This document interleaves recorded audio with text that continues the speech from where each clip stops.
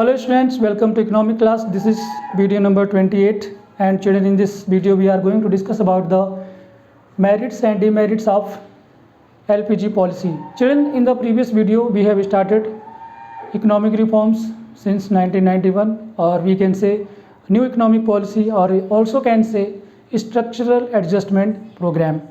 So in the previous video, children, we discussed about the component of new economic reforms 1991, and we studied different type of economic reforms taken by the government under the context of liberalization, privatization and globalization. This is the last video of the chapter New Economic Policy 1991. In this video, children, we are going to discuss about the merits and demerits. बहुत छोटा video होने वाला है, हम लोग बात कर लेते हैं मेरिट्स के पहले. चिल्ड्रन, गवर्नमेंट ने बहुत सारे रिफॉर्म्स लिए जो under the privatisation, globalisation and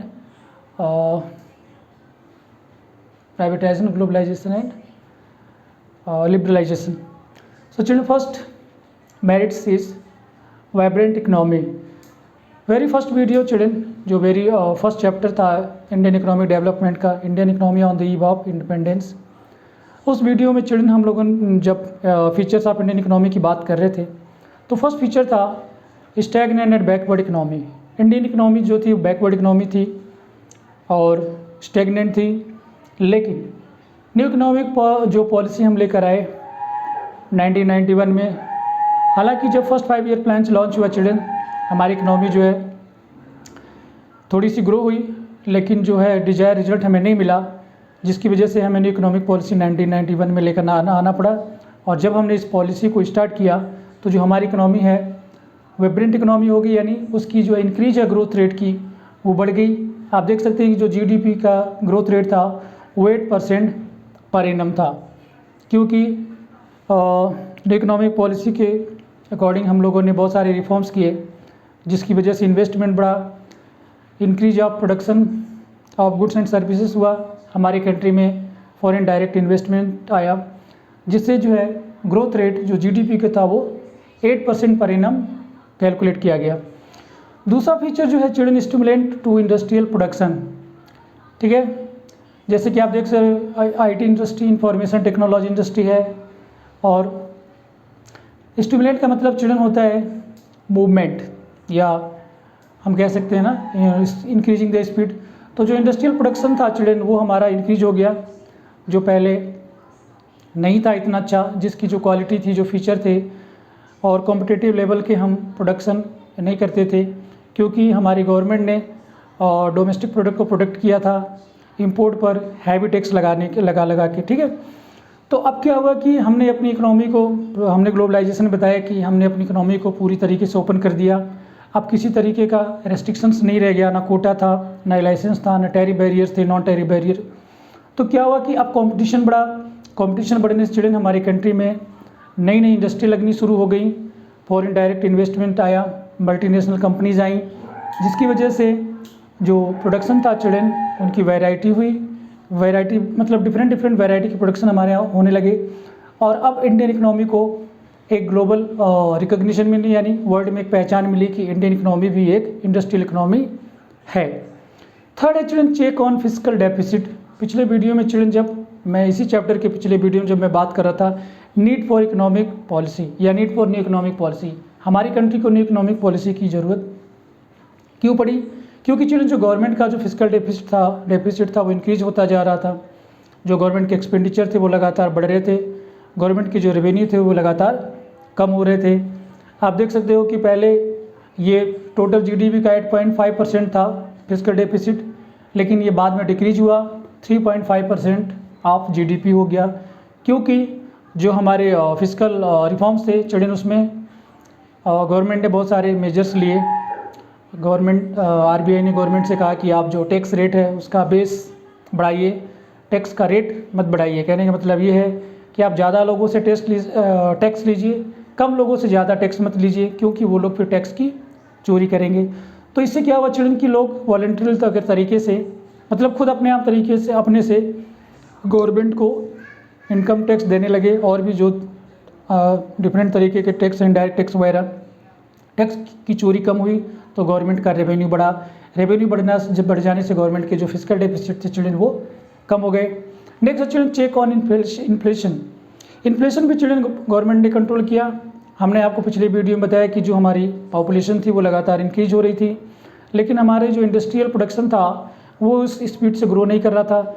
market में इनकी डिमांड ज़्यादा थी लेकिन सप्लाई बहुत कम थी, जिसकी वजह से जो प्राइस थे वो चिल्ड्रन लगातार इंक्रीज हो रहे थे।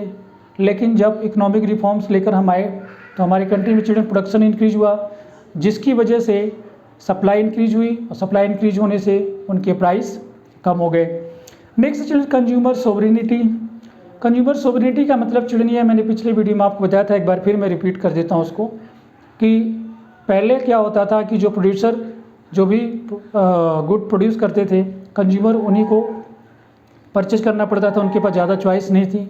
वो प्रोडक्शन अच्छा हो या ख़राब हो हमें वही लेना था क्योंकि हमारे पास ज़्यादा चॉइसेस नहीं थी। लेकिन न्यू इकोनॉमिक पॉलिसी के आने के बाद चिल्ड्रन क्या हुआ कि हमारी कंट्री में कंज्यूमर के पास चॉइस बहुत थी, क्योंकि प्रोडक्शन डिफरेंट नई नई इंडस्ट्री लग रही थी तो नए नए तरीके के प्रोडक्शन इंक्रीज हो रहे थे। एक ही कमोडिटी को डिफरेंट प्रोड्यूसर प्रोड्यूस कर रहे थे तो उसमें प्राइस कंपटीशन हुआ, फीचर कंपटीशन हुआ, जिसकी वजह से कंज्यूमर को कम प्राइस पर बेटर प्रोड्यूस या प्रोडक्शन या कमोडिटी मिलने लगी। तो अब कंज्यूमर के पास चिल्ड्रन चॉइसेस बहुत ज़्यादा थी। अगर मैं आपको बात करूं कि अगर आज आप मोबाइल लेने जाएंगे मार्केट में तो आपको मोबाइल के इतने सारी वैरायटी मिलेंगी कि आप सोच नहीं पाएंगे कि कौन सा लूँ और कौन सा ना लूँ। लेकिन अगर आप आज से 30-40 साल पहले अगर आप बात करोगे, इंडिया में अगर आपको टेलीविज़न खरीदना है तो 2-3 कंपनियां जानी जाती थी, या अगर आपको कार लेनी है तो 2 ही कारें आपको मिल सकती थी इंडिया में, एक तो थी एम्बेसडर और एक थी फिएट, और उसके लिए भी चिल्ड्रन लोगों को 1-1 साल 2-2 साल तक वेटिंग करना पड़ता था क्योंकि प्रोडक्शन जो है वो उतना नहीं होता था। गवर्नमेंट ने कोटा फिक्स कर रखा था कि एक फिनंशियल ईयर में आप इतने यूनिट कार प्रोड्यूस करेंगे, भले ही मार्केट में उसकी डिमांड कितनी भी ज़्यादा हो। लेकिन अब चिल्ड्रन क्या हुआ कि कंज्यूमर की सोवरेनिटी इंक्रीज हुई, उनके लिए बहुत सारे चॉइसेस थे और कम प्राइस पर अच्छी कमोडिटी उनको मिलने लगी। Increase in forex reserve. Children हम पहले प्रोडक्शन पॉलिसी अडॉप्ट कर रहे थे लेकिन अब हमने अपने इकोनॉमी को पूरी तरीके से ओपन कर दिया, तो इससे क्या हुआ कि डिफरेंट मतलब बहुत सारी जो कंपनियां हैं वो आके इंडिया में इस्टेब्लिश होने लगी, और जो कंपनी भारत में बिजनेस करने आएगी चिल्ड्रन वो अपने साथ क्या लेकर आएगी, फॉरेन रिजर्व। इससे क्या हुआ कि हमारे गवर्नमेंट के पास फॉरेन रिजर्व का अच्छा खासा स्टॉक हो गया। जो पहले ये हालत हो गई थी कि हमारे पास 10 डेज़ का इंपोर्ट बिल को पेमेंट करने का ही जो है फॉरेन एक्सचेंज था, जिसे हम फॉरेन रिजर्व कह सकते हैं, वो बचा था। Next children flow of private foreign investment. Children ये पॉइंट इसमें मैंने बता दिया कि हमारी कंट्री में प्राइवेट इन्वेस्टर्स आने लगे, प्राइवेट एंटरप्रेन्योरशिप आने लगे दूसरी कंट्री से, और वो जब आते थे उनके पास एक प्लान होता था, न्यू टेक्नोलॉजी होती थी, कैपिटल लेकर आते थे, जिससे क्या है कि इन्वेस्टमेंट हमारी कंट्री में जो फॉरेन इन्वेस्टमेंट है जिसे हम FDI कहते हैं वो इंक्रीज हुआ, और हमारी कंट्री में नए नए एम्प्लॉयमेंट इंक्रीज होने लगे, लोगों को एम्प्लॉयमेंट मिला तो इनकम इंक्रीज हुई, इनकम इंक्रीज होगी तो लोग डिमांड करेंगे चिल्ड्रन, तो ऑटोमेटिकली GDP हमारा इंक्रीज होगा। नेक्स्ट है children recognition of India as a emerging power. अब चिल्ड्रन इन सब पॉइंट के बाद हमारी जो इकोनॉमी की जो कंडीशन थी वो पहले से बेटर हुई। हमारे यहाँ इंडस्ट्रियल प्रोडक्ट स्टार्ट हो गए थे, हमारे यहाँ से एक्सपोर्ट होने लगा था, ठीक है। दूसरी कंट्री की एंटरप्रेन्योर या बिजनेसमैन हमारी कंट्री में आकर बिजनेस कर रहे थे, एंटरप्राइज लगा रहे थे। तो अब इंडिया को एक इमर्जिंग पावर की तरह जाना जाने लगा कि आने वाले समय में इंडिया भी एक सुपर पावर या पावर वर्ल्ड इकोनॉमिक पावर की चिल्ड्रन यहाँ पर बात हो रही है, बनेगा। Next children monopoly, from monopoly to market competition. पिछले चैप्टर में हम लोगों ने बात की थी चिल्ड्रन की गवर्नमेंट ने बहुत सारे पब्लिक अंडरटेकिंग्स खोल दिए, ठीक है, और मोनोपोली क्रिएट कर दी। लेकिन अब मोनोपोली को गवर्नमेंट ने ख़त्म कर दिया, हमने आपको बताया प्राइवेटाइज कर दिया, ठीक है। प्राइवेटाइज करने से क्या हुआ कि गवर्नमेंट ने जितने भी वो प्रोड्यूस करते थे वो सभी प्राइवेट के हाथों में दे दिया। तब चिल्ड्रन मोनोपोली खत्म हो गई और क्या हो गया, मार्केट कंपटीशन, ठीक है। मार्केट कंपटीशन का मतलब ये है कि अगर आपको मार्केट में रहना है तो आपको कंपटीशन करना पड़ेगा, अच्छे प्रोडक्ट देने पड़ेंगे, नई टेक्नोलॉजी लानी पड़ेगी, और कंज्यूमर को वो चाहिए जो वो चाहता है, ठीक है, तभी आप मार्केट में बने रहेंगे। तो ये थे चिल्ड्रन इसके मेरिट्स। अब हम बात कर लेते हैं डिमेरिट्स की चिल्ड्रन। तो डिमेरिट में चिल्ड्रन सबसे पहले आता है नेग्लेक्ट ऑफ एग्रीकल्चर। आपने देखा कि ये जितने भी point merits of LPG policy के बारे में हमने बात की, इस किसी भी पॉइंट में चिल्ड्रन हम लोगों ने एग्रीकल्चर की बात नहीं की कि एग्रीकल्चर से रिलेटेड कोई भी रिफॉर्म्स एलपीजी पॉलिसी में लिए गए। तो कहने का मतलब ये है कि चिल्ड्रन एग्रीकल्चर जो है हमारी कंट्री का प्राइमरी सेक्टर है और इम्पोर्टेंट सेक्टर है, क्योंकि मॉसेस ऑफ द पॉपुलेशन आज भी एग्रीकल्चर से रिलेटेड या अलाइड एक्टिविटी में बिजी हैं।